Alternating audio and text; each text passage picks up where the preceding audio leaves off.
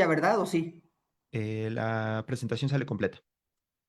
Completa. ¿Y no sale la barra de Zoom? Nada. Ah, ok, ok, ok. Va. No me preocupa. Ok. Eh, Muy bien.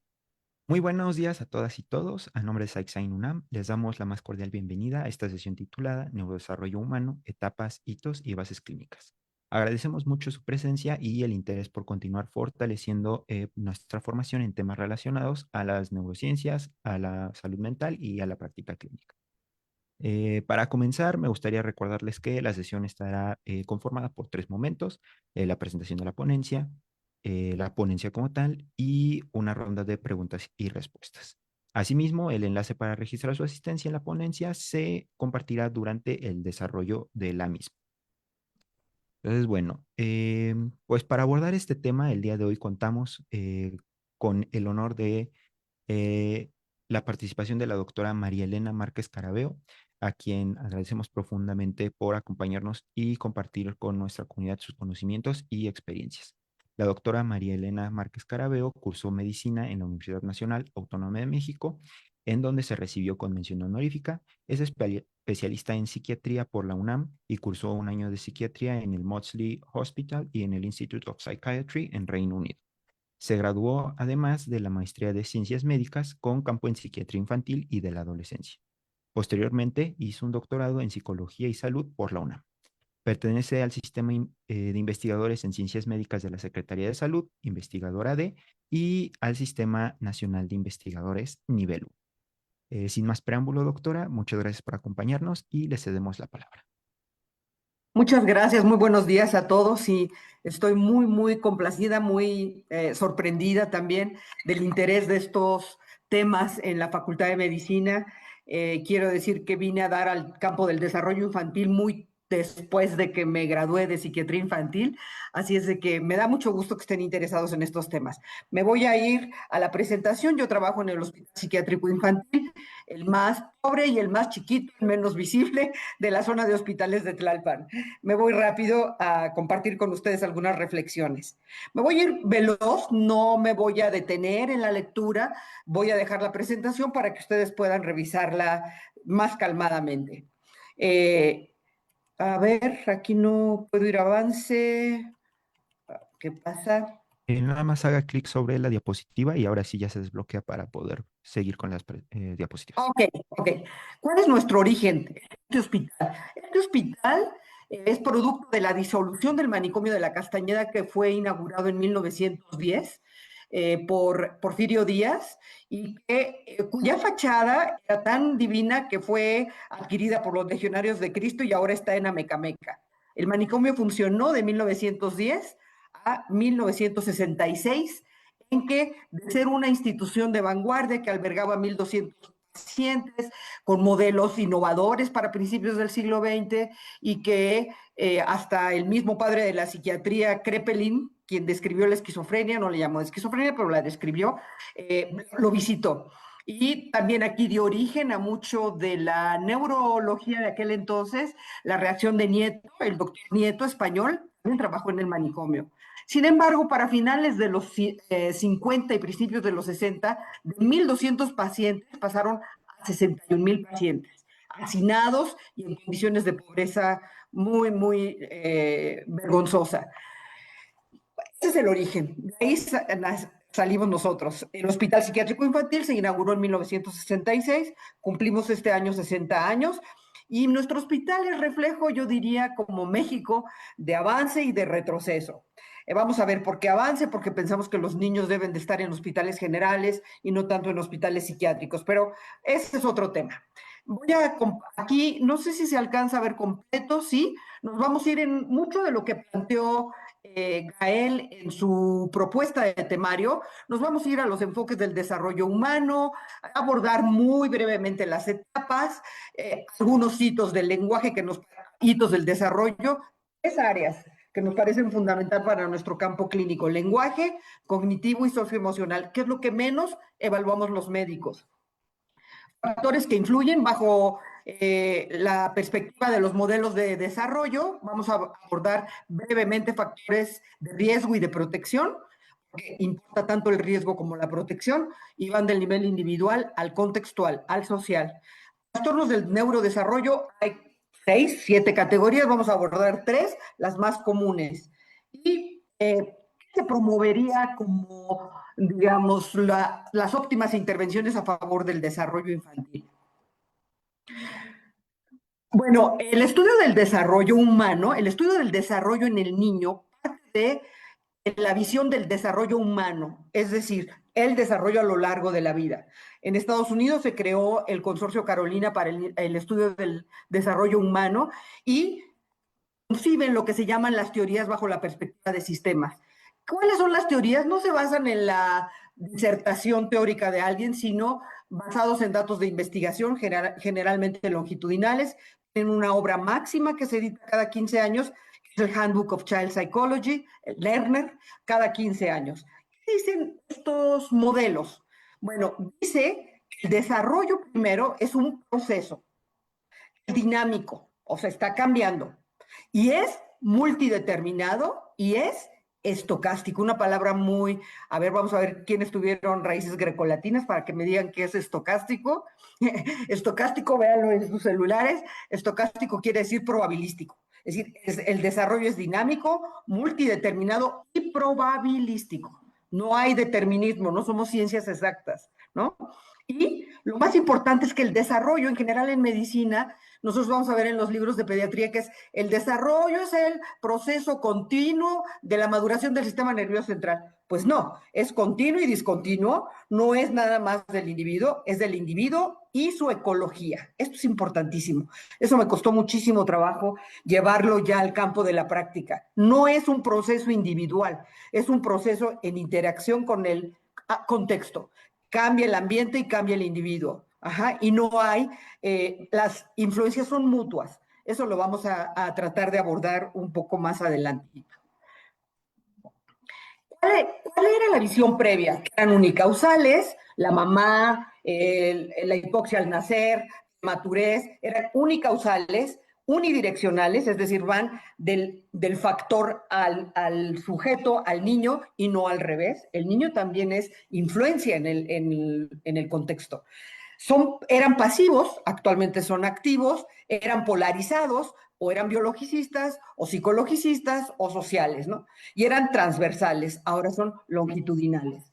Hay conceptos muy interesantes que llama equifinalidad, en donde tú puedes llegar a un resultado, retraso del lenguaje, por múltiples vías. O bien un evento adverso, abuso sexual, y puede desembocar en distintas trayectorias del desarrollo. ¿Voy bien o voy demasiado rápido? Todo bien. Muy bien, ok. El desarrollo infantil, ¿qué es? Bueno, el desarrollo infantil, para hablar del desarrollo infantil tenemos que entender que el concepto de niño como lo tenemos hoy en el siglo XXI es muy diferente de lo que se tenía en la Edad Media. Hay una evolución cultural de la palabra niño. Un niño en la Edad Media, un niño pobre era el que cargaba un costal a los 5 años de edad. El niño rico se vestía como pobre, como adultito, ¿verdad? Eran adultos incompletos. Hoy no, hoy sabemos que el niño es altamente específico y la manera de concebir el desarrollo ha cambiado a lo largo del tiempo. Diríamos que hasta el siglo XIX, y no por los médicos ni los psicólogos, sino por los escritores de libros para niños, es que concebimos que hay una mente infantil. Si yo voy a escribir un libro para que lo lea un niño, tengo que pensar que le interesa a un niño de 7 años o a un adolescente, ¿no? De 15 años. El desarrollo hoy en día, estos modelos que hemos visto del consorcio Carolina, son de integración sistémica, se llaman así. Pero nosotros somos, pues ahora sí que una piedrita en el mar, ¿verdad? Un grano de arena.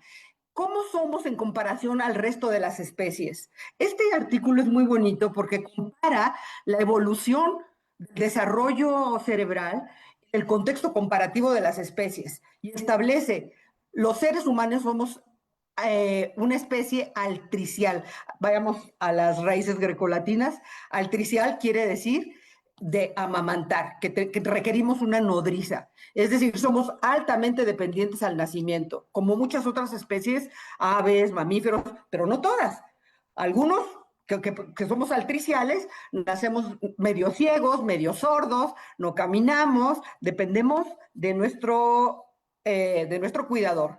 En el caso de otras especies, nacen completititas y son precociales. Entonces, lo que hace este artículo es plantear una explicación en el contexto de las distintas especies de por qué nuestro cerebro es básicamente un cerebro que se desarrolla en etapa postnatal.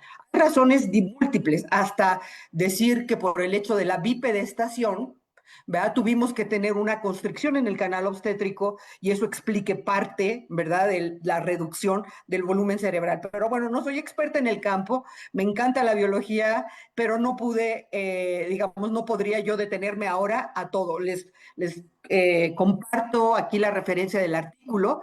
Lo más importante es que la mayor parte del desarrollo cerebral va a ocurrir en la etapa postnatal. Aquí no me voy a detener, vean ustedes, el artículo se los voy a presentar a continuación, pero lo que están planteando los autores es de que aquí está el artículo, déjenme irme para atrás, a ver ahora cómo me voy para atrás, oy, oy, oy, me estoy yendo para adelante, cómo me voy para atrás, red, ahí está. Entonces, plantea cuál es la evolución del sistema nervioso central en etapa postnatal, básicamente la sinaptogénesis, la apoptosis, los fenómenos que ustedes seguramente ya han revisado, y cómo se explican el desarrollo de estos procesos en los primeros años de vida, por ejemplo, en contraste a la poda, el pruning en la adolescencia. ¿Qué relación tienen con el desarrollo cognitivo, ¿no? Y básicamente los estudios últimos, de las últimas décadas, han tenido que ver con el trauma infantil, o el maltrato, o el abuso sexual temprano, es decir, o eventos adversos extremos en los que se ha podido ver la relación entre el trauma y el desarrollo de la sinaptogénesis o apoptosis, etcétera, etcétera. Hay mucho en la literatura, van a venir muchas nuevas evidencias y cosas apasionantes en este tema. No nos detenemos en los aspectos bioquímicos, que serían también, si es de alguien del interés, lo puedo compartir la literatura. Lo más importante es que en este artículo lo vemos a lo largo de la niñez, de la infancia, a la etapa de la niñez y la adolescencia, un poco en relación, sobre todo, al trauma infantil. Esta publicación se las recomiendo también, todos ellos PDFs los tenemos, aunque no tenemos muchas veces manera de comprar artículos, pues ya se vale uno de algunas trampitas, una que otra, ¿verdad?, para hacerse de los artículos. Muy bien. La misma perspectiva, pero de una manera mucho más amplia, vean ustedes cómo este autor hace las consideraciones de estos modelos sistémicos a lo largo de la vida, tomando en cuenta inclusive la cultura. Entonces, se va desde la microgénesis a la ontogenia a lo largo de la vida, es decir, no restringida al desarrollo humano, sino de la especie a lo largo de la vida, del niño a lo largo de su vida y del hombre a lo largo de la especie. Es decir, desde el punto de vista filogenético, ontogénico y desde la microgénesis. Es una cosa muy interesante. El artículo también está a su disposición para quienes tengan interés. Los hitos del desarrollo, uno diría, ¿en dónde me voy a detener? ¿Qué voy a ir a hacer? ¿Cuál es el instrumento? Mire, la realidad es que no tenemos instrumentos casi de ningún tipo en los hospitales porque no hay, aunque tengamos el interés superior del niño por ley, no hay recursos, no hay un sistema de salud organizado, sistema de atención a la salud mental infantil y por tanto no tenemos casi ninguno de los instrumentos que ustedes van a ver referidos en la literatura. Entonces, tenemos que ser mucho más clínicos que siempre. Entonces, yo voy a plantear los hitos del desarrollo, pero al final me voy a quedar en uno o dos o tres que son de importancia.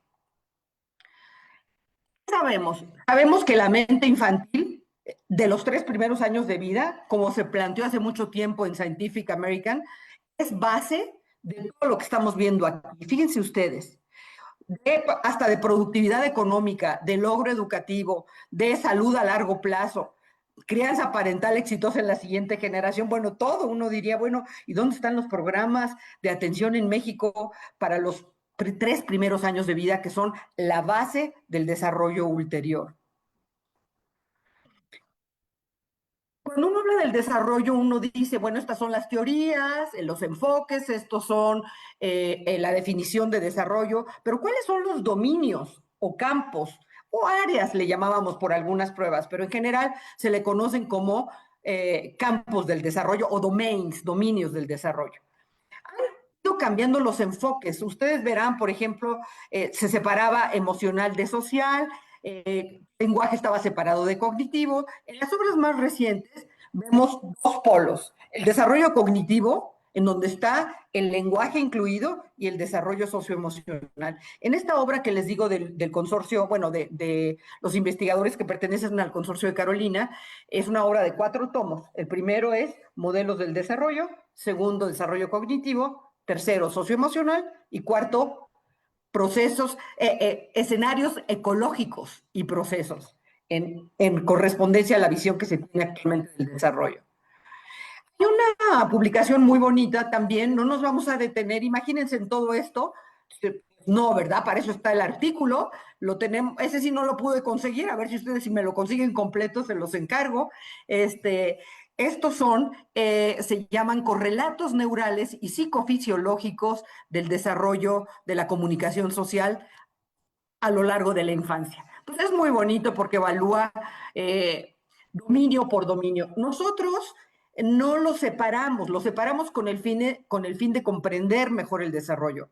Pero cuando yo digo la primera palabra al año de edad, año 3 meses, y digo tete para referirme a esa mamila que está ahí, ese líquido blanco, para llegar ahí yo tengo un acto motor, un acto cognitivo de representación simbólica, ¿va? Tete es la mamila, es ese objeto, y desde el punto de vista afectivo, porque tete es lo que me interesa. No empiezo a decir PRI, PRD, ¿ya? Lo primero que digo es tete, lo que me interesa. Entonces, en ese ejemplo vemos que el desarrollo, cuando vemos una conducta del desarrollo, hay muchas conexiones del desarrollo del lenguaje con otras áreas. Pero bueno, si lo separamos es para fines de comprensión. El desarrollo, podríamos decir brevemente, me voy a referir básicamente los primeros 5 años de vida, yo diría el lenguaje. Después de los 5 años de vida, el lenguaje se desarrolla un poco menos. El lenguaje empieza desde por el llanto diferenciado, ¿no? Que reconocen muy bien las madres. No hay, digamos, más que durante el primer año de vida predomina la comprensión.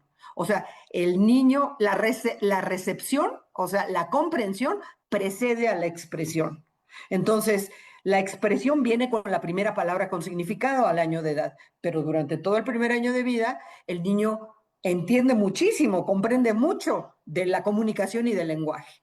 Entonces, vamos a ver qué pasa después del primer año de vida, y desde el punto de vista cognitivo, lo que tenemos que poner atención en un bebé en el primer año de vida es su atención al entorno, si sigue al cuidador con la mirada, si hay lo que le llaman memoria, atención conjunta. Si ustedes, rápidamente lo voy a decir, la mamá está dándole de comer y se le cae el plato, el bebé está en su sillita, la mamá voltea y dice, y el niño voltea y la mira y ve también lo que está ocurriendo. Atención conjunta, es eso, ¿no? Ese tipo de aspectos son cognitivo, del desarrollo cognitivo, y desde el punto de vista socioemocional, el primer año de vida también es muy interesante. La sonrisa primero es refleja, después es social, ¿ves? En respuesta a que me estoy riendo contigo, después viene un aspecto de reciprocidad, ¿verdad? De las emociones, ¿vea? Compartimos, hay muchas maneras de explorarlo, y algo que ocurre muy bonito en el último tercio del primer año de vida es el vínculo. El vínculo no es, bueno, se traduce muchas veces como apego, pero la palabra en general es attachment y traducida como vínculo. El vínculo no es privativo de la especie humana, lo tienen los pájaros y ustedes lo conocen muy bien.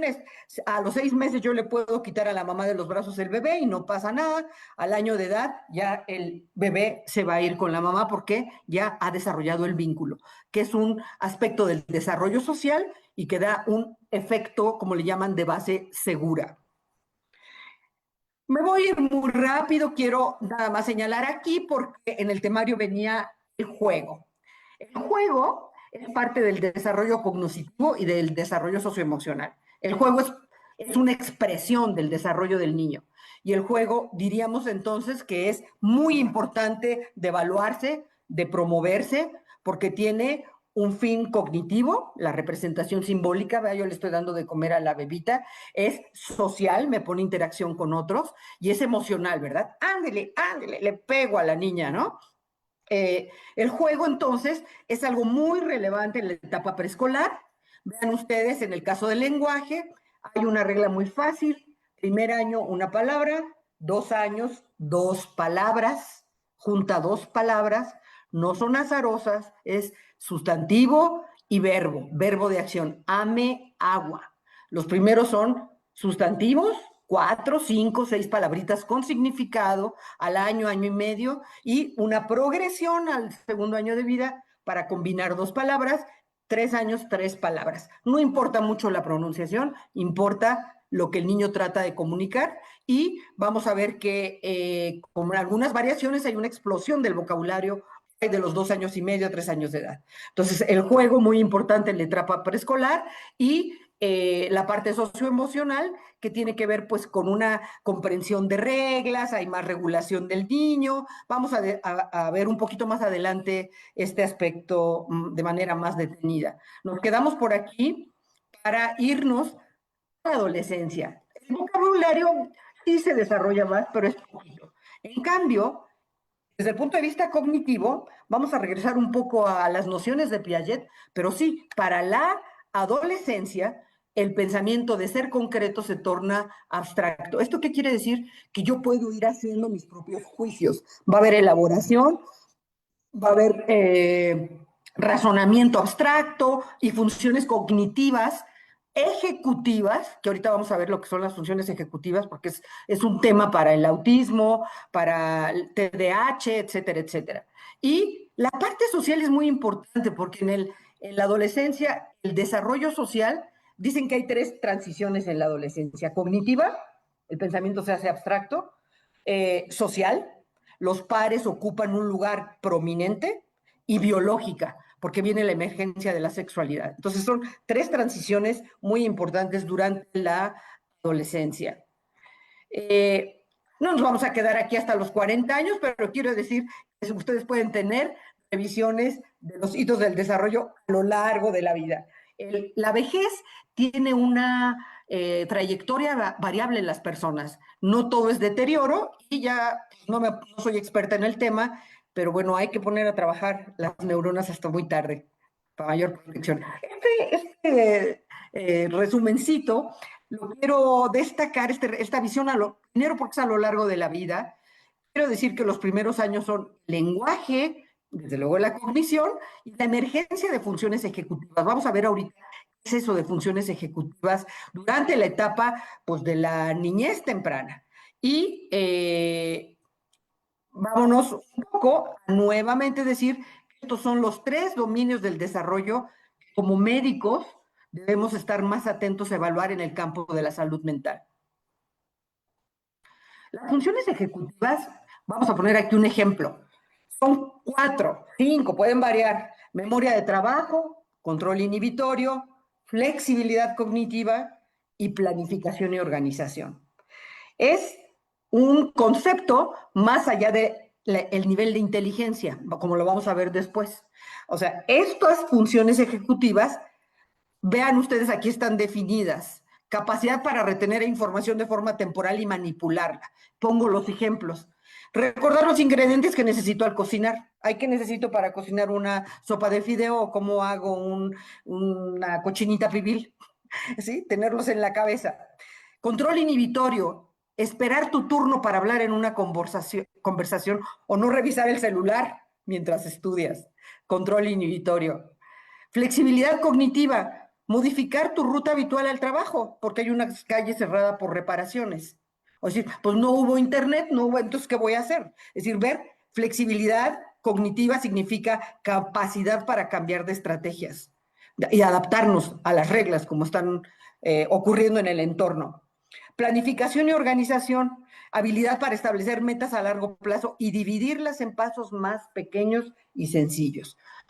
Este constructo, este concepto de funciones cognitivas ha sido muy desarrollado en los últimos años, emerge por ahí de la etapa preescolar, finales de la etapa preescolar. Hay, desde luego, precursores, ¿verdad? Hay precursores cognitivos.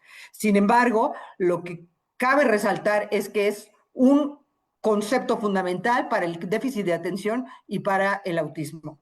Hay muy poca flexibilidad cognitiva en el autismo, hay mucha dificultad para la planificación en el déficit de atención, también hay muchas dificultades en el control inhibitorio, hasta memoria de trabajo en los trastornos del lenguaje. Entonces, es un concepto interesante, nuevo para nosotros como médicos, yo digo, ajá, y me paso al otro tema, factores que influyen.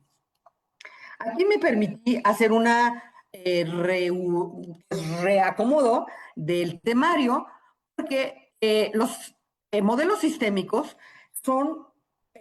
han permeado las políticas de salud en el mundo entero. La Organización Mundial de la Salud propuso en el 2010 que la salud mental infantil tenía que partir de evaluar factores de riesgo, tanto como los de protección. Vean ustedes aquí, por ejemplo, y, perdónenme, y ir por niveles. Dominio biológico y psicológico es el nivel individual y dominio social es contextual, fuera del individuo, y empieza el primer espacio de socialización para el bebé es la familia, ¿no? Entonces, familia, escuela y comunidad. Y tenemos factores de riesgo y de protección en todos los niveles. Vean ustedes, por ejemplo, un factor de riesgo biológico es exposición de tabaco y alcohol durante el embarazo. No nos podemos detener aquí, pero bueno, esa es una, ¿no? También es otra influencia biológica, agregación familiar de tipo psiquiátrico. Pero también hay factores de protección, tener buena salud física o tener un buen CI, ¿verdad? Eso es un poco heredado, eso es un poco, no del todo, ya vamos a ver después.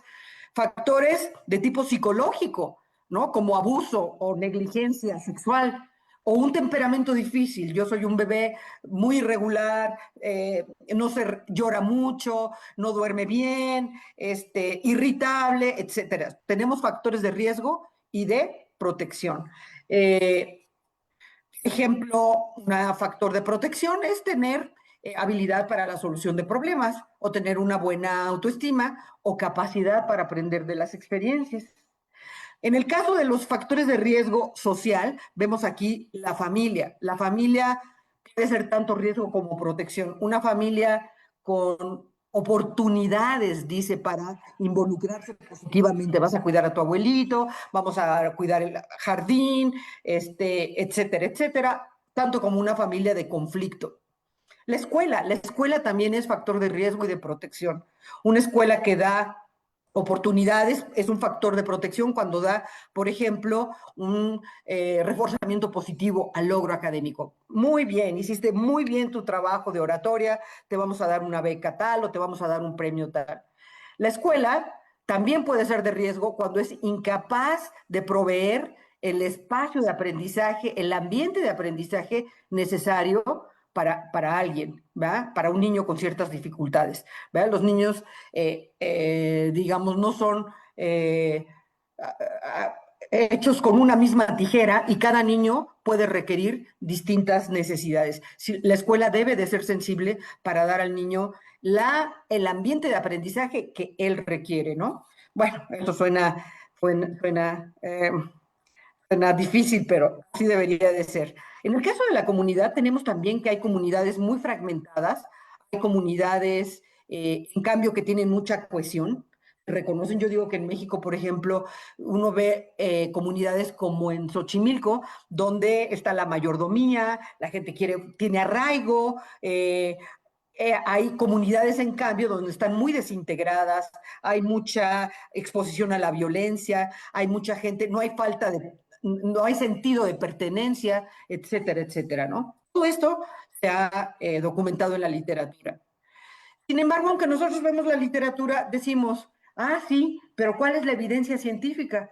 Resulta que todos los journals y lo que leemos de la literatura, cuando menos en el campo del que yo les estoy hablando, podríamos decir que menos del 5% del conocimiento científico en los journals proviene de muestras que no sean de Norteamérica, Europa y Australia. Entonces, realmente hay mucho por hacer y comunicar científicamente, porque lo que vemos en la literatura es de esos países. Entonces, mientras que el 95% de los niños nacen en países como el nuestro. ¿Qué sabemos en México? En México solamente ha habido una encuesta nacional de tipo psiquiátrico, que fue del 2003, documentó que los trastornos de ansiedad eran muy comunes en los adultos, también el de dependencia al alcohol era el segundo diagnóstico psiquiátrico, y los trastornos afectivos, los trastornos de ansiedad son los primeros. En los adolescentes se hizo solamente un estudio a nivel de la ciudad del Valle Metropolitano y los diagnósticos fueron muy parecidos. Uno diría, ¿cómo es posible que los adolescentes tengan uso de alcohol? Pues si el alcohol es ilegal, entonces vean ustedes, tenemos en los adultos tenemos dependencia y en los adolescentes abuso. ¿Qué pasa con los menores de 12 años? Nunca se ha hecho ningún estudio de autismo a nivel nacional, de discapacidad intelectual del lenguaje. Hay algunas cuestiones que se han estudiado últimamente en las encuestas nacionales de salud y nutrición. Esta es una publicación que tiene que ver con la ENSANUD 2022 y del desarrollo infantil temprano. Sabemos que casi el 20% de los niños en México no alcanzan su potencial. 7% de ellos asisten a programas de aprendizaje temprano, guarderías, etc. Solo el 7%. Y un poco más de la mitad va al kinder, cuando deberían de estar yendo a la formación preescolar. Todos, el 100% de los niños. Pero además, tenemos algunos datos de vale la pena detenerse y como médicos nunca olvidar que en México el castigo sigue siendo una cuestión prevalente, la agresión física y psicológica. Vean ustedes que casi la mitad de los niños en México de 1 a 14 años son agredidos psicológicamente y que la agresión psicológica es tan dañina como la física. Y castigo severo, vean ustedes, pues no está tan bajito. Pero lo más importante, además, es los hombres se les agrede de manera muy importante, y casi igual que a las niñas. Entonces, esto lo vemos nosotros aquí, ya cuando vemos cuestiones más severas en el hospital, como conducta suicida en la adolescencia, cuántos de ellos son víctimas, han sido víctimas de abuso sexual y de abuso físico. Me voy a trastornos del neurodesarrollo, porque si no, no me va a dar oportunidad de abordar rápidamente lo demás. Los trastornos del neurodesarrollo, así se llaman en las clasificaciones, ocurren en los primeros años de vida. Tienen ustedes los sistemas de clasificación, CIE-10, CIE-11, ha cambiado la nomenclatura, la CIE-10 se sigue utilizando en los hospitales, pero la CIE-11 está por venir. Trastornos del neurodesarrollo es la nomenclatura para la CIE-11 y para la CIE-10 todavía se llamaban trastornos del desarrollo psicológico.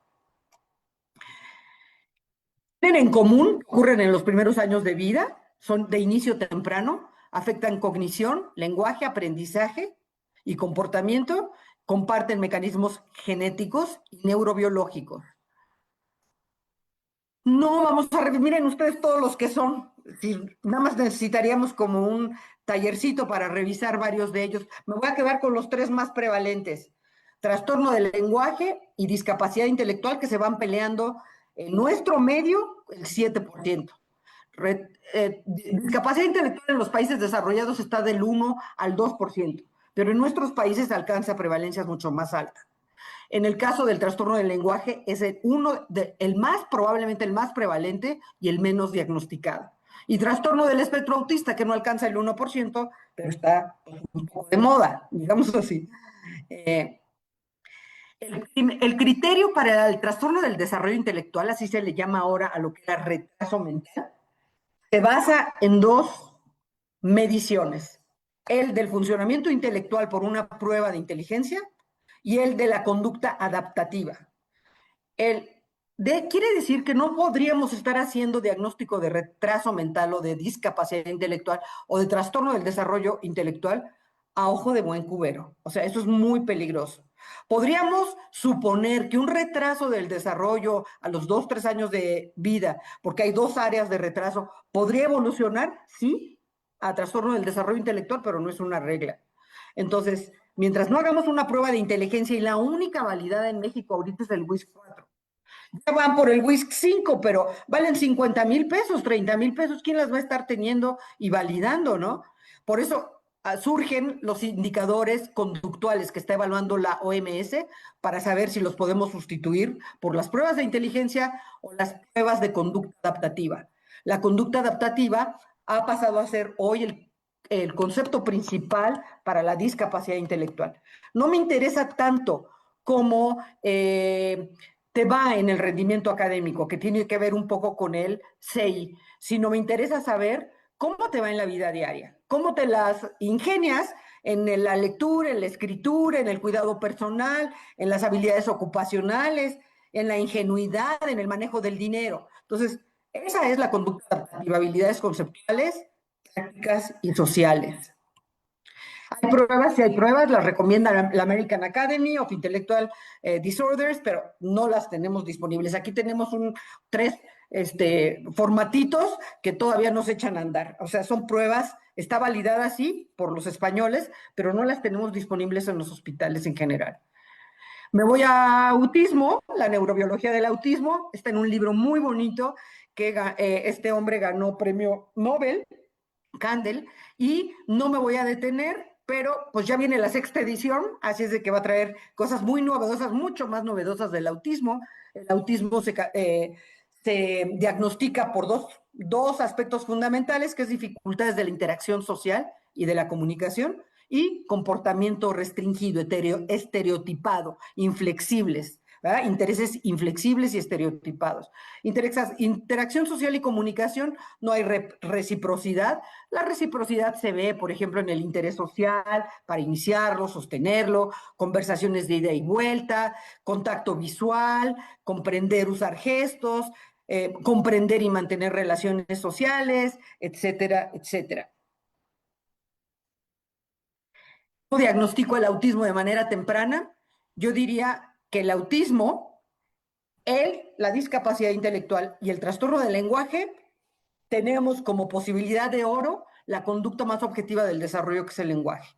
El lenguaje, entonces, no cabe duda que cualquier enfermera, trabajadora social, médico general, puede preguntar al año de edad, dice palabras con sentido, que son lo que deben de ser, tete, haba, coca, etcétera. No, ya señala con el dedito, señalar con el dedo es un precursor del lenguaje. Ajá, señala con el dedito con lo que quiere, ajá, ya junta dos palabras, aunque las diga mal, ajá, ame, agua, quello y eche, ¿verdad? Este rango de año de edad a los 2 años es de oro para evaluar esta conducta como una manera de acercarse a lo que está pasando con los trastornos del neurodesarrollo. Hay que distinguir comunicación la tienen los animales, un mensaje de ida y la respuesta para un receptor. Lenguaje, nos referimos más a la estructuración de frases y oraciones. Y distinguirlo del habla o speech de los norteamericanos, que es el habla. Tartamudez no. Lenguaje nos referimos a la comprensión y a la expresión del lenguaje, de frases y oraciones. Entonces, estamos diciendo que es la oportunidad de oro para evaluar trastorno del espectro autista, si tiene dificultades en la interacción social y si tiene intereses restringidos, o discapacidad intelectual, si tiene dificultades en el razonamiento y en la conducta adaptativa, o trastorno del desarrollo del lenguaje, si no es autista. Sospechamos que el niño es inteligente, pero no se puede expresar apropiadamente para la edad. Trastorno del lenguaje, del desarrollo del lenguaje. En el caso de la HT es hablantes tardíos. Lo puse en verde porque aguas. Hay niños que se tardan mucho para empezar a hablar, 2 años de edad, 3 años de edad. Una cuarta parte evoluciona a trastorno del lenguaje y los otros 3/4 partes parece que les va bien. No sabemos todavía. Ok, trastorno del desarrollo del lenguaje, de los más prevalentes, 2 años, no dice 2 palabras, 3 años, no dice elaboración de frases sencillas ni de 2 palabras, y a los 4 años de edad el niño no se le entiende, dice muy pocas palabras, y lo más importante, se come las palabras chiquitas, proposiciones, pronombres, artículos. Pero es un niño que sospechamos inteligente, que no es autista y que no tiene discapacidad intelectual. Vean, en el caso aquí, que ustedes estamos poniéndole el ejemplo, una pruebita que trabajamos en colaboración con una lingüista, que es, por ejemplo, artículos. ¿A quiénes les lee la gallina? El niño a los 3 y medio años de edad ya debería de decir a los ratones o yatones, aunque pronuncie mal la R, pero sí utilizar ya artículos. Clíticos. ¿Qué le va a hacer la niña a la flor? Cortarla. Ese es clítico. Posiciones. ¿Dónde pegó la foto? En el cuaderno. Estas son las cuestiones que más les cuestan trabajo a los niños con trastorno del lenguaje, cuyo diagnóstico se puede estar haciendo de los 3 y medio, 4 años de edad, 4 años de edad a los 6 con toda confianza. Vean ustedes, en el caso del lenguaje que sí me apasiona, cuando vemos en una tomografía por emisión de positrones, cuando vemos palabras, cuando oímos palabras en el temporal, cuando las vemos en el occipital, cuando hablamos en el área de Broca, cuando pensamos en palabras, todas las áreas. Si me da tiempo, sigo, pero si no, no me puedo permitir que ustedes no vean esto que dura 7 minutos. A ver. Y si no,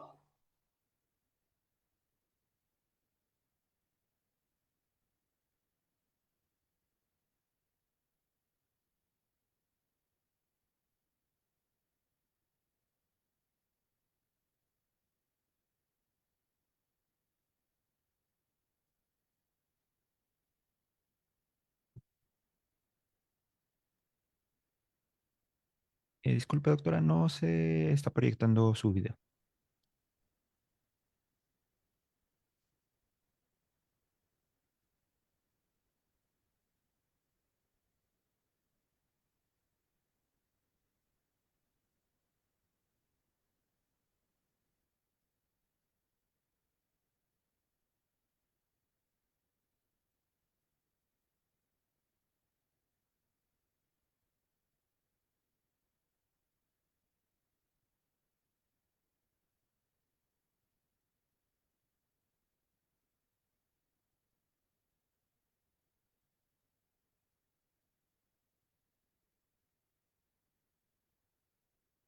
Doctora, no se está proyectando el video. perdón, Sí, no, no, no, no hay problema. podría explicar.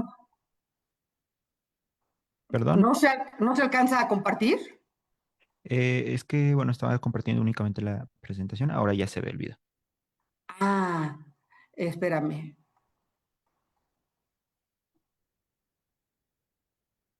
A ver.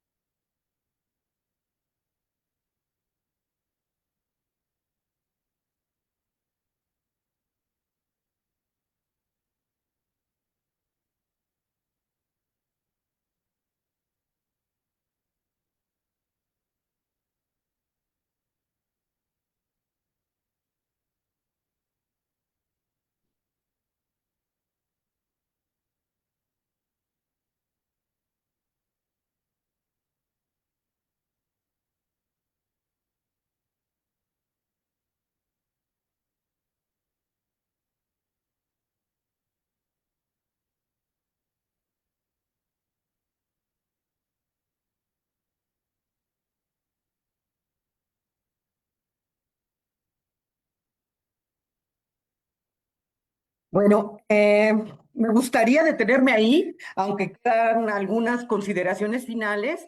Quizá lo que termine yo para no dar tiempo a una preguntita es lo que venía yo planteando como el fin de las propuestas que existen para el desarrollo infantil temprano por parte de la Organización Mundial de la Salud, que orientan a lo siguiente. Primero, una crianza sensitiva, sensible, oportunidades para el aprendizaje temprano, integrar intervenciones que combinan crianza con nutrición, con aspectos de nutrición.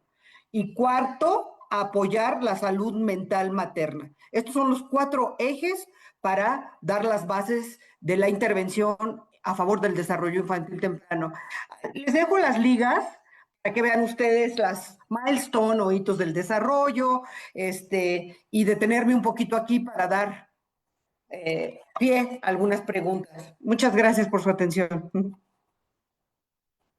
Pues muchas gracias, doctora, por esta presentación y pues por ayudarnos también a comprender el neurodesarrollo desde una perspectiva que integra sus diferentes etapas, hitos e implicaciones clínicas. Estos conceptos pues nos permiten comprender mejor la importancia de observar el desarrollo como un proceso dinámico y de identificar oportunamente aquellos elementos que pudieran requerir pues alguna evaluación especializada. Entonces, bueno, de entre algunas preguntas que se tienen, em, ¿qué errores son frecuentes al interpretar un retraso en un hito del desarrollo?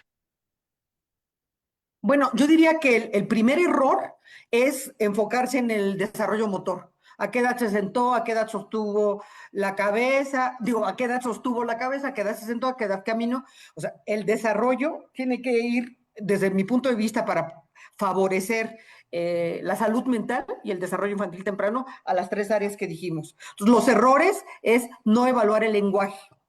El error no es evaluar que el niño tiene, antes del lenguaje, de las primeras palabras, tiene, ya vieron ustedes en el video, tiene un mundo recorrido, ¿no? Entonces hay que evaluar aspectos cognitivos y socioemocionales, lenguaje, juego digamos, no poner atención a otros aspectos de tipo intelectual o adaptativo en los que no pensamos. Si el niño es capaz de salir y vestirse, comprar, manejar el dinero, hacia la conducta adaptativa. Entonces, los errores son no pensar en esas conductas que pueden ser de mucha ayuda para discapacidad intelectual, autismo, etcétera.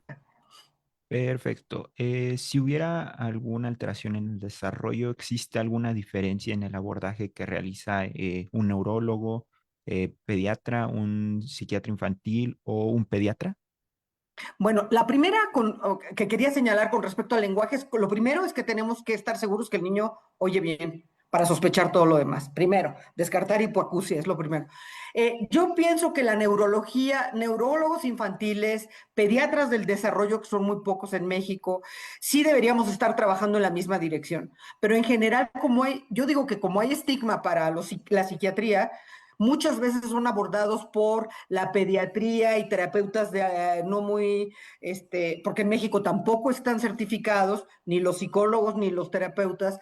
Y los neurólogos yo diría que sí pueden tener una idea bastante cercana, pero sus métodos, sus herramientas son otras. Los neurólogos tienen evalúan fondo de ojo, evalúan la movilidad, la sensibilidad, esas son sus herramientas.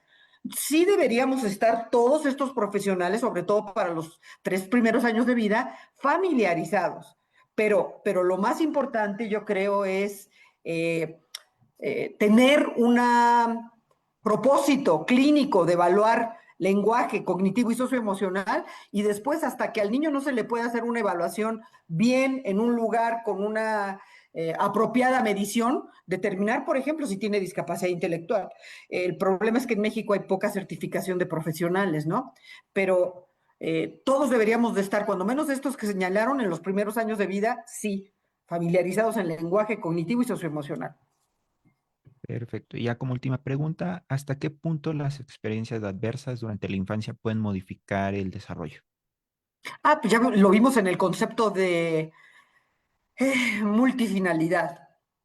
Tú tienes un evento adverso, tienes pobreza extrema, tienes violencia física contra ti como niño, tienes abuso sexual, etcétera, pérdida parental, lo que tú quieras. Y hay diferentes posibilidades de trayectorias. El resultado va a ser en función de los factores de riesgo y protección, desde lo individual hasta lo social, hasta lo contextual.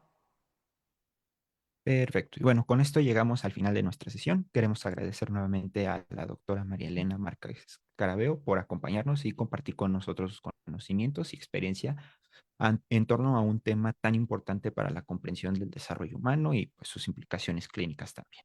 Asimismo, agradecemos a todas las personas que nos acompañaron el día de hoy a través de la transmisión y pues les invitamos a mantenerse pendientes de las próximas actividades de SAICSAIN UNAM, así como de nuestras redes sociales, donde continuaremos compartiendo conferencias, actividades y contenidos relacionados con la salud mental. Muchas gracias por acompañarnos y que tengan un excelente día.